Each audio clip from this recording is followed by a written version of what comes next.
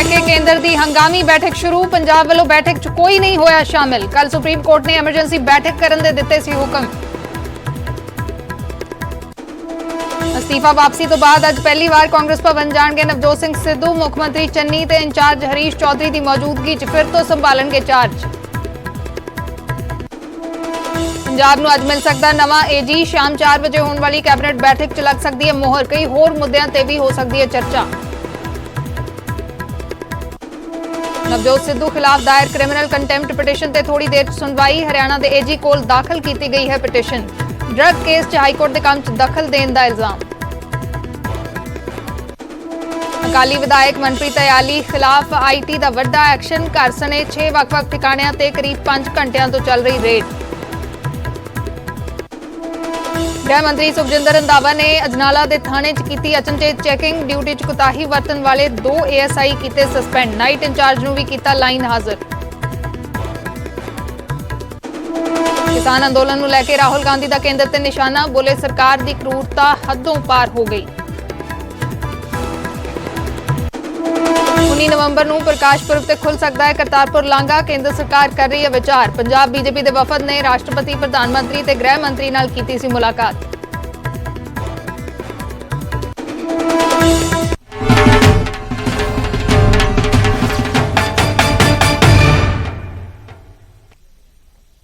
सत श्री अकाल। न्यूज़ 18 पंजाब हरियाणा हिमाचल देख रहे दर्शकों का स्वागत। मैं हाँ अर्शदीप संधू ते शुरुआत करते हैं अरविंद केजरीवाल दे मिशन पंजाब तो। अरविंद केजरीवाल का मिशन पंजाब जारी है। आम आदमी पार्टी सुप्रीमो केजरीवाल 20 नवंबर नूं मोगा आउणगे। एक दिन के दौरे ते केजरीवाल पंजाब आउणगे।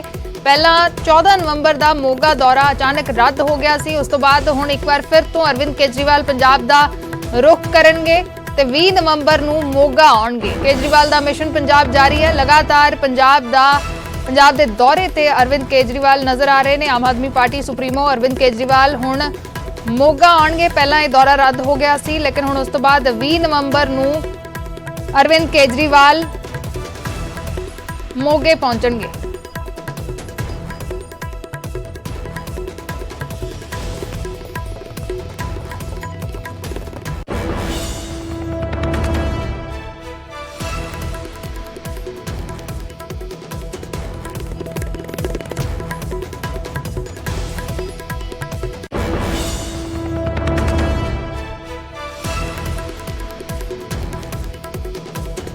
अरविंद केजरीवाल का मिशन पंजाब लगातार जारी है। अरविंद केजरीवाल मोगा पहुंचणगे 20 नवंबर नूं। पहला 14 नवंबर का दौरा सी वो रद्द हो गया सी ते उस तो बाद हुण एक दिन के दौरे ते फिर तो अरविंद केजरीवाल पंजाब आउणगे। पंकज कपाही साडे सहयोगी होर जानकारी दे लई जुड़े ने। पंकज की कुछ जानकारी है इस दौरे के बारे? देखो नवजोत सिंह सिद्धू का एक दिन का यह दौरा जिहड़ा वा पंजाब का रहने वाला वा और खास तौर से मोगा पहुंच के नजर इस गल ते टिकियां होणगियां जिस गल का इंतजार पंजाब इकाई भी कर रही है और पंजाब के लोग भी कर रहे हैं कि नवजोत की अरविंद केजरीवाल जिहड़े ने वो ऐलान करेंगे कि मुख्यमंत्री का चेहरा कौन होएगा। मुख्यमंत्री के चेहरे को लैके भगवंत मान का नाम जरूर चल रहा है लेकिन 2017 के विच भी आम आदमी पार्टी ने मुख्यमंत्री के चेहरे को लैके अपने पत्ते नहीं खोले थे और हुण जिहड़े विधायक भी खफा होके गए ने चाहे रूबी होन चाहे जगतार जग्गा होन वो भी इस गल का जिक्र कर रहे थे कि मुख्यमंत्री के चेहरे ना ऐलान की वजह करके असी पार्टी को अलविदा जिहड़ा कहते हुए नजर आ रहे हैं। दूसरा नजर इस गल से भी टिकियां रहनगियां कि अरविंद केजरीवाल जदों मौके पहुंचणगे तां नवीं गरंटी किहड़ी चीज़ की लैके आंदे क्योंकि इस तो पहला बिजली नूं लैके गरंटी दित्ती सीगी फिर हैल्थ नूं लैके गरंटी जिहड़ी है वो दित्ती सीगी तां इह भी काफी दिलचस्प और तीसरा दिलचस्प यह है अर्श कि मौके इस वेले सोनू सूद भी ने। सोनू सूद की भैन ने चोन लड़न का जिहड़ा वा जिक्र किया कि आम आदमी पार्टी च सोनू सूद की सिस्टर जिहड़ी चोन लड़नगे या कांग्रेस वालों लड़नगे ये अजे तो पत्ते नहीं खोले लेकिन अगर मौके आ रहे हैं तो सोनू सूद नाल की मुलाकात होएगी ये भी काफी दिलचस्प जिहड़ा वा नजर आ रहा है। जी शुक्रिया पंकज पूरी जानकारी दे लई। तां अरविंद केजरीवाल मोगे पहुंचणगे 20 नवंबर नूं ते अहम इस करके भी हो जाता क्योंकि सोनू सूद दे भैन मालविका सूद सियासत दे विच कदम रख चुके ने। इसका ऐलान सोनू सूद ने प्रेस कॉन्फ्रेंस करके कीता सी लेकिन अजे तक किहड़ी पार्टी ज्वाइन करनगे किस पासे वल जाणगे उसनूं लैके अजे तक कोई भी ऐलान नहीं होया क्योंकि लगातार सोनू सूद सियासी टिप्पणियां भी करते नजर आए ने ਤੇ ਕਾਫੀ ਦਿਨ ਪਹਿਲਾਂ ਅਰਵਿੰਦ ਕੇਜਰੀਵਾਲ ਦੇ ਨਾਲ ਦਿੱਲੀ ਦੇ ਵਿੱਚ ਸੋਨੂ ਸੂਦ ਦੀ ਮੁਲਾਕਾਤ ਵੀ ਹੋਈ ਸੀ। ਉਦੋਂ ਵੀ ਕਿਆਸ ਲੱਗ ਰਹੇ ਸਨ। ਉਸ ਤੋਂ ਬਾਅਦ ਹੁਣ ਪਿਛਲੇ ਦਿਨੀ ਮੁੱਖ ਮੰਤਰੀ ਚੰਨੀ ਦੇ ਨਾਲ ਸੋਨੂ ਸੂਦ ਦੀ ਮੁਲਾਕਾਤ ਹੋਈ।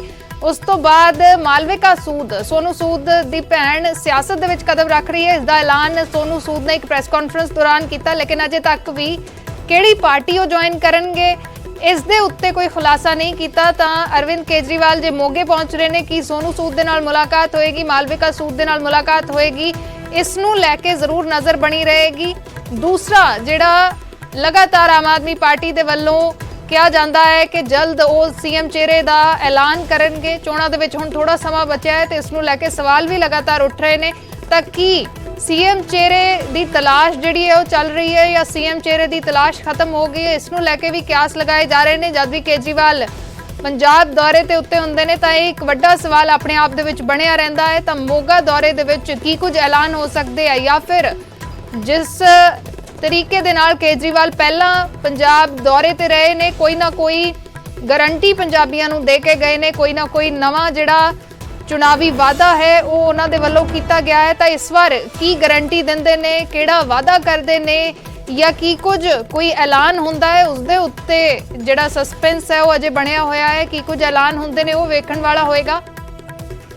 20 ਨਵੰਬਰ ਨੂੰ ਅਰਵਿੰਦ ਕੇਜਰੀਵਾਲ ਮੋਗਾ ਪਹੁੰਚਣਗੇ।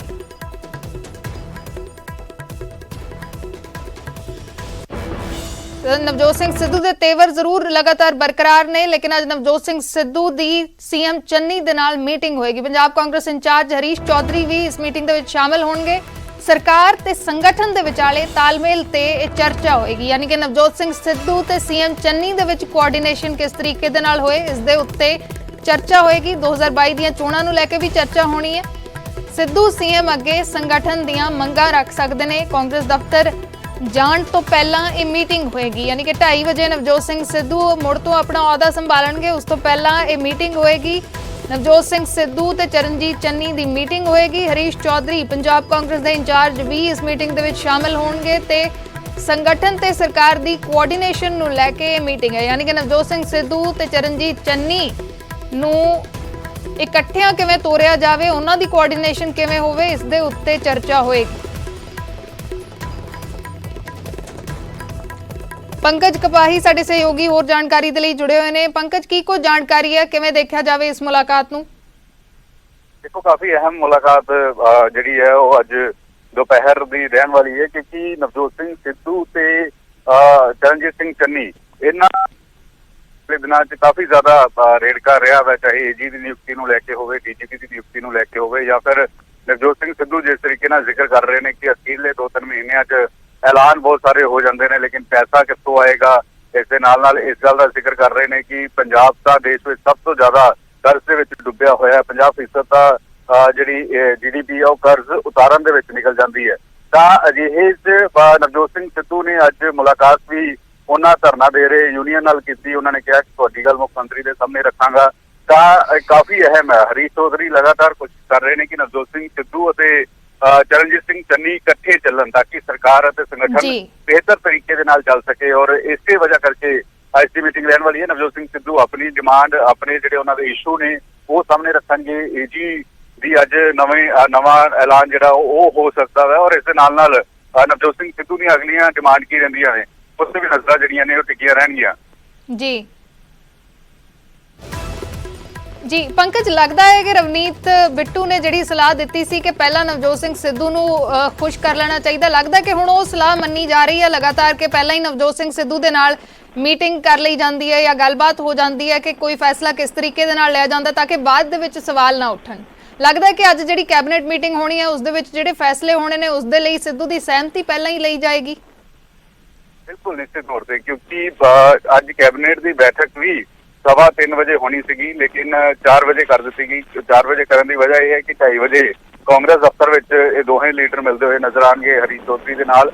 ਤਾਂ ਅਜਿਹੇ ਕੈਬਨਿਟ 'ਚ ਇੱਕ ਤਾਂ ਏਜੀ ਦੇ ਨਾਮ ਨੂੰ ਲੈ ਕੇ, ਨਵਾਂ ਏਜੀ ਕੌਣ ਹੋਏਗਾ ਉਸ ਨੂੰ ਲੈ ਕੇ ਰੇੜਕਾ ਨਾ ਬਣੇ ਔਰ ਫਿਰ ਨਵਜੋਤ ਸਿੰਘ ਸਿੱਧੂ ਨਾਰਾਜ਼ ਨਾ ਹੋ ਜਾਣ। ਤਾਂ ਏਜੀ ਜਿਹੜਾ ਵੀ ਨਿਯੁਕਤ ਕੀਤਾ ਜਾਏਗਾ ਉਸ ਦੇ ਨਾਮ ਨੂੰ ਲੈ ਕੇ ਜਿਹੜਾ ਵਾ ਨਵਜੋਤ ਸਿੰਘ ਸਿੱਧੂ ਨਾਲ ਚਰਚਾ ਹੋ ਸਕਦੀ ਹੈ। ਔਰ ਇਸ ਦੇ ਨਾਲ ਕੈਬਨਿਟ ਦੇ ਵਿੱਚ ਚਰਚਾ ਇਹ ਸੋਰਸਿਸ ਸੇ ਜਾਣਕਾਰੀ ਦੇ ਰਹੇ ਨੇ ਕਿ ਇੱਕ ਤਾਂ ਹੈਲਥ ਸਟਰਕਚਰ ਨੂੰ ਲੈ ਕੇ, ਹੈਲਥ ਇਨਫਰਾਸਟਰਕਚਰ ਦੇ ਵਿੱਚ ਚਰਨਜੀਤ ਸਿੰਘ ਚੰਨੀ ਹੋਰਾਂ ਦਾ ਇਹ ਟੀਚਾ ਹੈ ਕਿ ਜਿਹੜੇ ਲੋਕਾਂ ਨੂੰ ਮੋਤੀਆਬਿੰਦ ਹੋਇਆ ਵਾ, ਉਸ ਨੂੰ ਇੱਕ ਮਿਸ਼ਨ ਦੇ ਤੌਰ ਤੇ ਕੈਂਪੇਨ 40 ਦਿਨਾਂ ਦੀ ਚਲਾਈ ਜਾ ਸਕੇ ਤਾਂ ਕਿ ਉਹ ਪੰਜਾਬ ਦੇ ਵਿੱਚ ਖਤਮ ਕੀਤਾ ਜਾਵੇ। ਇਸ ਮੁਤਲਕ ਕੈਬਨਿਟ ਦੇ ਵਿੱਚ ਚਰਚਾ ਹੋਣੀ ਹੈ। ਔਰ ਦੂਸਰਾ ਜਿਹੜਾ ਹਰਿਆਣਾ ਨੇ ਕੀਤਾ ਹੋਇਆ ਕਿ ਹਰਿਆਣਾ ਦੇ ਲੋਕਾਂ ਨੂੰ ਜ਼ਿਆਦਾ ਹਰਿਆਣਾ ਦੇ ਵਿੱਚ ਨੌਕਰੀਆਂ ਮਿਲਣ, ਚਾਹੇ ਪ੍ਰਾਈਵੇਟ ਸੈਕਟਰ ਹੋਵੇ, ਸਰਕਾਰੀ ਸੈਕਟਰ ਹੋਵੇ, ਤਾਂ ਪੰਜਾਬ ਸਰਕਾਰ ਵੀ ਉਹ ਇਸ ਤੇ ਵਿਚਾਰ ਕਰ ਰਹੀ ਹੈ ਕਿ ਇਸੇ ਤਰੀਕੇ ਨਾਲ ਕਿ ਪੰਜਾਬ 'ਚ ਬੇਰੁਜ਼ਗਾਰੀ ਖਤਮ ਕਰਨ ਦੇ ਲਈ ਇਹ ਮੁੱਦਾ ਰੱਖਿਆ ਜਾਏਗਾ। ਇਸ ਦੇ ਲਈ ਨਵਾਂ ਕਾਨੂੰਨ ਲਿਆਂਦਾ ਜਾਏਗਾ। ਕੱਲ ਪ੍ਰਗਟ ਸਿੰਘ ਦੀ ਨਿਊਜ਼ 18 ਤੇ ਆ ਕੇ ਇਸ ਗੱਲ ਦਾ ਜ਼ਿਕਰ ਕਰਦੇ ਹੋਏ ਨਜ਼ਰ ਆਏ ਸੀਗੇ।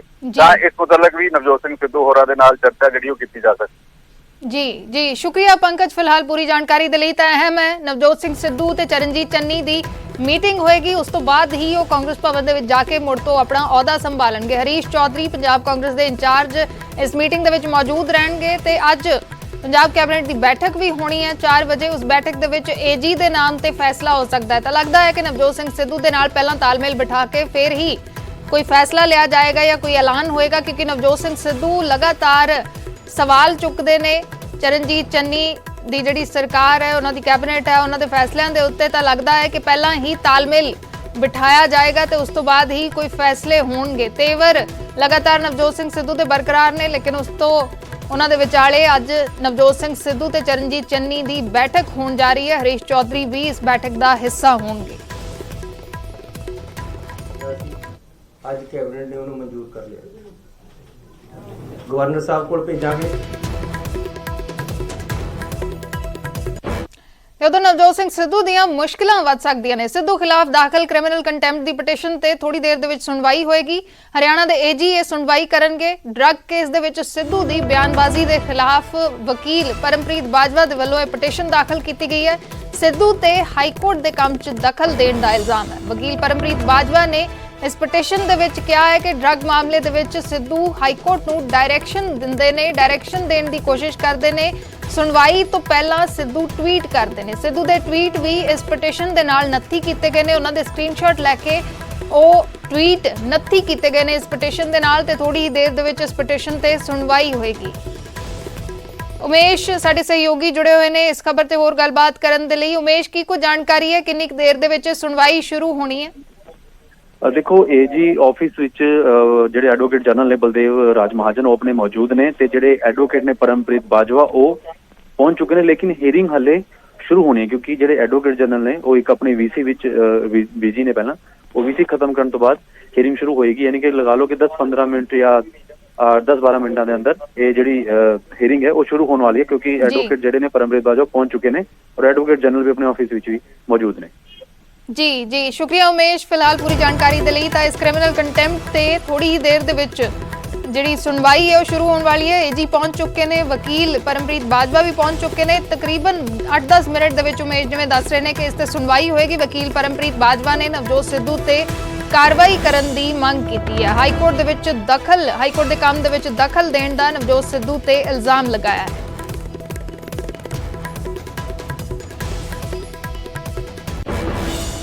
ਅੱਗੇ ਵਧਦੇ ਹਾਂ। ਪ੍ਰਦੂਸ਼ਣ ਨੂੰ ਲੈ ਕੇ ਕੇਂਦਰ ਸਰਕਾਰ ਦੀ ਹੰਗਾਮੀ ਬੈਠਕ ਸ਼ੁਰੂ ਹੋ ਗਈ ਹੈ। ਇਸ ਬੈਠਕ ਦੇ ਵਿੱਚ ਪੰਜਾਬ ਸਮੇਤ 5 ਸੂਬਿਆਂ ਦੇ ਵੱਲੋਂ ਅਧਿਕਾਰੀ ਸ਼ਾਮਲ ਹੋਣੇ ਸਨ, ਲੇਕਿਨ ਪੰਜਾਬ ਵੱਲੋਂ ਬੈਠਕ ਦੇ ਵਿੱਚ ਕੋਈ ਵੀ ਸ਼ਾਮਲ ਨਹੀਂ ਹੋਇਆ। ਦਿੱਲੀ, ਹਰਿਆਣਾ, ਯੂਪੀ ਤੇ ਰਾਜਸਥਾਨ ਦੇ ਅਧਿਕਾਰੀ ਸ਼ਾਮਲ ਨੇ।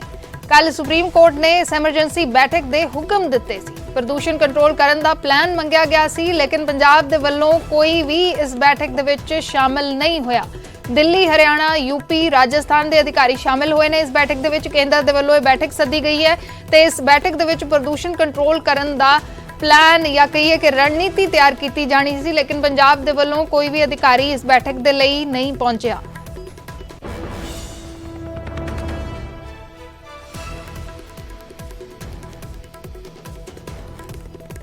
ਪ੍ਰਦੂਸ਼ਣ ਨੂੰ ਲੈ ਕੇ ਸੁਪਰੀਮ ਕੋਰਟ ਦੇ ਵਿੱਚ ਸੁਣਵਾਈ ਹੋਈ ਹੈ। ਸੁਣਵਾਈ ਦੇ ਦੌਰਾਨ ਜਿਸ ਦਿਨ ਪਹਿਲੇ ਦਿਨ ਸੁਣਵਾਈ ਹੋਈ ਹੈ ਉਸ ਦਿਨ ਸੁਪਰੀਮ ਕੋਰਟ ਨੇ ਹੰਗਾਮੀ ਬੈਠਕ ਸਦਨ ਦੇ ਲਈ ਕਿਹਾ ਸੀ। ਕੱਲ ਦੁਬਾਰਾ ਇਸ ਮਸਲੇ ਦੇ ਉੱਤੇ ਸੁਣਵਾਈ ਹੋਈ ਤਾਂ ਸੁਪਰੀਮ ਕੋਰਟ ਨੇ ਸਵਾਲ ਕੀਤਾ ਸੀ ਕਿ ਐਮਰਜੈਂਸੀ ਬੈਠਕ ਕਿਉਂ ਨਹੀਂ ਬੁਲਾਈ ਗਈ। ਉਸ ਤੋਂ ਬਾਅਦ ਅੱਜ ਇਹ ਐਮਰਜੈਂਸੀ ਬੈਠਕ ਬੁਲਾਈ ਗਈ ਹੈ, ਲੇਕਿਨ ਪੰਜਾਬ ਦੇ ਵੱਲੋਂ ਕੋਈ ਵੀ ਇਸ ਮੀਟਿੰਗ ਦੇ ਵਿੱਚ ਸ਼ਾਮਲ ਹੋਣ ਦੇ ਲਈ ਨਹੀਂ ਪਹੁੰਚਿਆ। ਦਿੱਲੀ ਤੋਂ ਸਾਡੇ सहयोगी रूपाश्री नंदा जुड़े हुए ने। रूपाश्री, क्या कुछ जानकारी है कब ये मीटिंग शुरू हुई है? लगता है कि पंजाब की तरफ से अभी भी कोई अधिकारी जो है इस बैठक के लिए पहुंच सकता है या काफी देर हो चुकी है अब? काफी देर हो चुकी है। ये commission for air quality management की मीटिंग है। उनकी जो चेयरपर्सन है MM कुट्टी, वही जी। चेयर कर रहे हैं ये मीटिंग। और इसमें बाहरी रिप्रेजेंटेशन है, जो भारत सरकार की अपनी रिप्रेजेंटेशन है।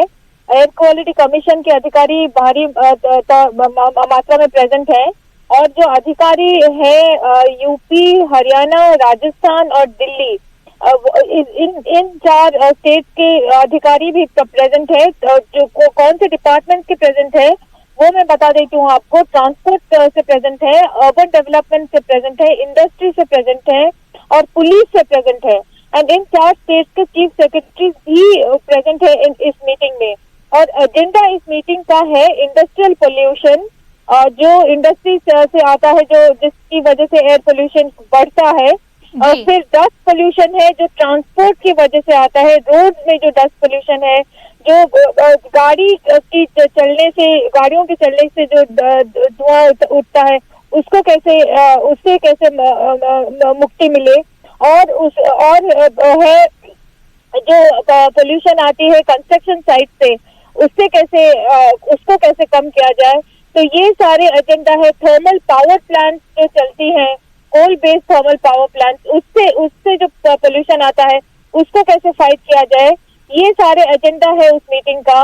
जो पराली का जो पोल्यूशन है, स्टबल बर्निंग का जो पोल्यूशन है, वो इस एजेंडा में नहीं है अभी तक। हमें जो खबर है इस मीटिंग में वो नहीं है बिल्कुल भी। और इसी वजह से एग्रीकल्चर डिपार्टमेंट से भी कोई नहीं है इस मीटिंग में, भारत सरकार की तरफ से भी नहीं, या कोई जो स्टेट गवर्नमेंट की जो 4 स्टेट के बारे में मैंने बात की, उन 4 स्टेट में से भी एग्रीकल्चर के डिपार्टमेंट से कोई भी नहीं है, लेकिन पुलिस प्रेजेंट है। और मुझे हमारे सूत्रों से ये खबर मिली कि बिकॉज सेंट्रल गवर्नमेंट बिलीव कि पराली की जलना वो बहुत बड़ा इशू नहीं है। दिल्ली का जो पोल्यूशन है इस सीजन में, विंटर्स में जो पोल्यूशन होता है, पराली उसके लिए बहुत बड़ा फैक्टर नहीं है। इसीलिए पंजाब से कोई भी नहीं आया, किसी को भी बुलवाया नहीं गया। जी शुक्रिया रूपश्री पूरी जानकारी के लिए। ਤਾਂ ਇਹ ਹੰਗਾਮੀ ਬੈਠਕ ਸੱਦੀ ਗਈ ਹੈ, ਜਿਸ ਦੇ ਵਿੱਚ ਜਿਵੇਂ ਰੂਪश्री ਜਾਣਕਾਰੀ ਦੇ ਰਹੇ ਸਨ ਕਿ ਕੇਂਦਰ ਦੇ ਵੱਲੋਂ ਇਹ ਮੰਨਿਆ ਗਿਆ ਹੈ ਕਿ ਪਰਾਲੀ ਬਹੁਤ ਵੱਡਾ ਮਸਲਾ ਨਹੀਂ ਹੈ ਦਿੱਲੀ ਦੇ ਵਿੱਚ ਪ੍ਰਦੂਸ਼ਣ ਦੇ ਲਈ। ਇਸੇ ਕਰਕੇ ਸ਼ਾਇਦ ਪੰਜਾਬ ਤੋਂ ਕੋਈ ਵੀ ਅਧਿਕਾਰੀ ਇਸ ਬੈਠਕ ਦੇ ਵਿੱਚ ਸ਼ਾਮਲ ਨਹੀਂ ਹੋਇਆ। ਕੇਂਦਰ ਦੇ ਵੱਲੋਂ ਜਿਹੜੇ ਤੱਥ ਪੇਸ਼ ਕੀਤੇ ਗਏ ਸੀ ਸੁਪਰੀਮ ਕੋਰਟ ਦੇ ਵਿੱਚ, ਉਸ ਦੇ ਵਿੱਚ ਕਿਹਾ ਗਿਆ ਸੀ ਕਿ ਦਿੱਲੀ NCR ਦੇ ਵਿੱਚ ਸਿਰਫ 4% ਪੋਲਿਊਸ਼ਨ ਪਰਾਲੀ ਸਾੜਨ ਦੀ ਵਜ੍ਹਾ ਦੇ ਕਰਕੇ ਹੁੰਦਾ ਹੈ, ਲੇਕਿਨ ਪੰਜਾਬ ਦੇ ਵੱਲੋਂ ਇਸ ਬੈਠਕ ਦੇ ਵਿੱਚ ਕੋਈ ਵੀ ਸ਼ਾਮਿਲ ਨਹੀਂ ਹੋਇਆ। ਹੰਗਾਮੀ ਬੈਠਕ ਹੋ ਰਹੀ ਹੈ ਦਿੱਲੀ ਦੇ ਵਿੱਚ। ਫਿਲਹਾਲ ਰੁਕਦੇ ਹਾਂ ਇੱਕ ਛੋਟੇ ਜਿਹੇ ਬ੍ਰੇਕ ਦੇ ਲਈ।